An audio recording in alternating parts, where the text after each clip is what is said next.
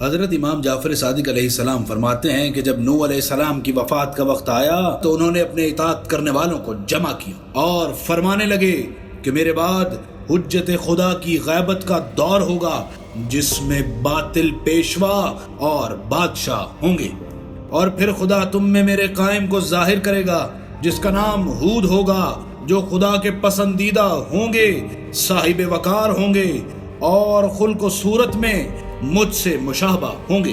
جب وہ ظاہر ہوں گے تو خدا ان کے دشمنوں کو ہوا سے ہلاک کر دے گا۔ اس لیے تمام مومنین حضرت ہود علیہ السلام کے آنے کا انتظار کرنے لگے، یہاں تک کہ ایک طویل مدت گزری اور بہت سے لوگ گمراہ ہو گئے۔ پھر اللہ نے نوح علیہ السلام کے بیٹے سام کو ارم عطا کیے، ارم کو اوز عطا کیے، اوز کو عاد عطا کیے، عاد کو حلوس عطا کیے، حلوس کو عاد ربح عطا کیے، عاد ربح کو عبداللہ عطا کیے اور عبداللہ کو ہود علیہ السلام عطا کیے۔ اور اللہ نے ہود علیہ السلام کے دشمنوں کو ہوا سے ہلاک کر ڈالا جیسا کہ نوح علیہ السلام نے وعدہ کیا تھا۔ جب ہود علیہ السلام کی عمر 40 سال کی ہوئی تو اللہ نے وحی کی اور کہا کہ قوم عاد کے پاس جاؤ اور ان لوگوں کو ایک خدائے واحد و یکتا کی طرف بلاؤ اور میری عبادت کا درس دو اور بتوں کی عبادت سے منع فرماؤ۔ قوم عاد ہود علیہ السلام کی قوم تھی جن کے شہر 4 منزل کے ہوا کرتے تھے، ان کے پاس زراعت کافی تھی اور کھجوروں کے بہت سارے درخت ہوا کرتے تھے۔ ان لوگوں کے قد 120 ہاتھ اور جسم کی چوڑائی 60 ہاتھ، ان میں سے کوئی بھی چاہتا تو ایک چھوٹے پہاڑ یا ٹیلے کو اکھاڑ پھینکتا تھا۔ جب ہود علیہ السلام ان کو دعوت دینے کے لیے جاتے تو وہ ان کو مارتے یہاں تک کہ آپ علیہ السلام بے ہوش ہو جاتے۔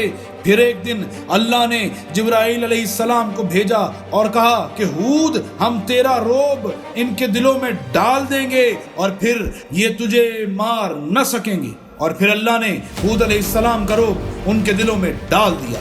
جب ہود علیہ السلام یہ کہتے کہ تم قوم نوح علیہ السلام کی طرح عذاب الہی کا شکار ہو جاؤ گے تو کہتے کہ قوم نوح کے تمام خدا کمزور تھے مگر ہمارے خدا طاقتور ترین ہیں۔ الغرض ہود علیہ السلام نے اسی طرح 760 سال اس قوم کو دعوت دی۔ اللہ نے 7 برس تک قوم عاد پر بارش کو روکے رکھا جس کی وجہ سے تمام قوم کی زراعت خشک ہو گئی، یہاں تک کہ ہود علیہ السلام کا کھیت بھی خشک ہو گیا۔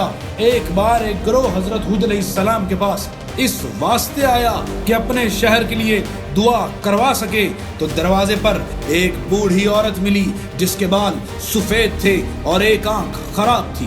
کہنے لگی، تم لوگ کون ہو؟ کہنے لگے، فلاں شہر سے آئے ہیں، خشک سالی ہے، پریشانی ہے، اس لیے آئے ہیں کہ ہود علیہ السلام سے دعا کروائیں اور بارش ہو جائے۔ تو وہ کہنے لگی کہ اگر ہود کی دعا مستجاب ہوتی تو اپنے لیے دعا نہ کر لیتے، اور ان کی اپنی زراعت پانی کی کمی کی وجہ سے بھلا کبھی خشک ہوتی؟ ان لوگوں نے پوچھا کہ اس وقت ہود علیہ السلام کہاں ہیں؟ تو اس عورت نے کہا کہ فلاں مقام پر ہیں۔ تو وہ لوگ حضرت ہود علیہ السلام کے پاس آئے، آپ علیہ السلام نے نماز پڑھ کر دعا کی اور کہا کہ جاؤ، اللہ نے تمہارے شہروں میں بارش برسا دی ہے۔ اور ان لوگوں نے جب اس عورت کے بارے میں پوچھا تو کہنے لگے، یہ میری بیوی ہے، اللہ نے ہر مومن کے ساتھ اس کا ایک دشمن رکھا ہے اور یہ میرا دشمن ہے۔ حضرت علی علیہ السلام فرماتے ہیں کہ ہوائیں 5 قسم کی ہیں، جس میں سے ایک عقیم ہے جس سے ہم خدا کی پناہ میں آتے ہیں۔ 7 برس بارش نہ آنے کے بعد جب اللہ نے باد عقیم کے موکلوں کو یہ حکم دیا کہ باد عقیم کو قوم عاد پر مسلط کر دو تو وہ ہوا 7 شب اور 8 روز قوم عاد پر مسلط رہی۔ اس ہوا کو عقیم اس لیے کہتے ہیں کہ یہ عذاب پیدا کرنے والی ہے اور رحمت سے بالکل خالی ہے۔ یہ ہوا جب قوم عاد پر آئی، ان کے گھروں، قصروں، قلعوں، شہروں، عمارتوں کو بالوں کی طرح ہوا میں اڑا ڈالا۔ یہ ہوا جس چیز تک پہنچی اس کو بسیدہ ہڈی کی طرح کر دیا اور بسیدہ گھاس کی مانند کیے بغیر کسی چیز کو بھی نہ چھوڑا۔ اللہ نے جبرائیل علیہ السلام کو بھیجا اور کہا کہ جو شہر میرے ماننے والے ہیں ان سے اس ہوا کو اپنے پروں کے ذریعے روک کے رکھو۔ یہ ہوا قوم عاد کے ہر مرد عورت کو سر سے اٹھا کر زمین پر پٹکتی تھی۔ اس قوم کے پاس نہریں اور باغات سب سے زیادہ ہوا کرتے تھے، مگر باد یقین نے سب کو ریزہ ریزہ کر دیا۔ یہ وہی ہوا ہے کہ جس سے اللہ روز قیامت تمام پہاڑوں کو ریزہ ریزہ کر دے گا۔ ہوا سے پہلے اللہ نے اس قوم پر چونٹیوں کو مسلط کیا تھا، اور جو قوم اپنی طاقت اور قوت پر فخر کیا کرتی تھی کہ ہم محنت سے پہاڑوں میں گھر بناتے ہیں، تو وہ چونٹیوں سے بھی بچ نہ سکے۔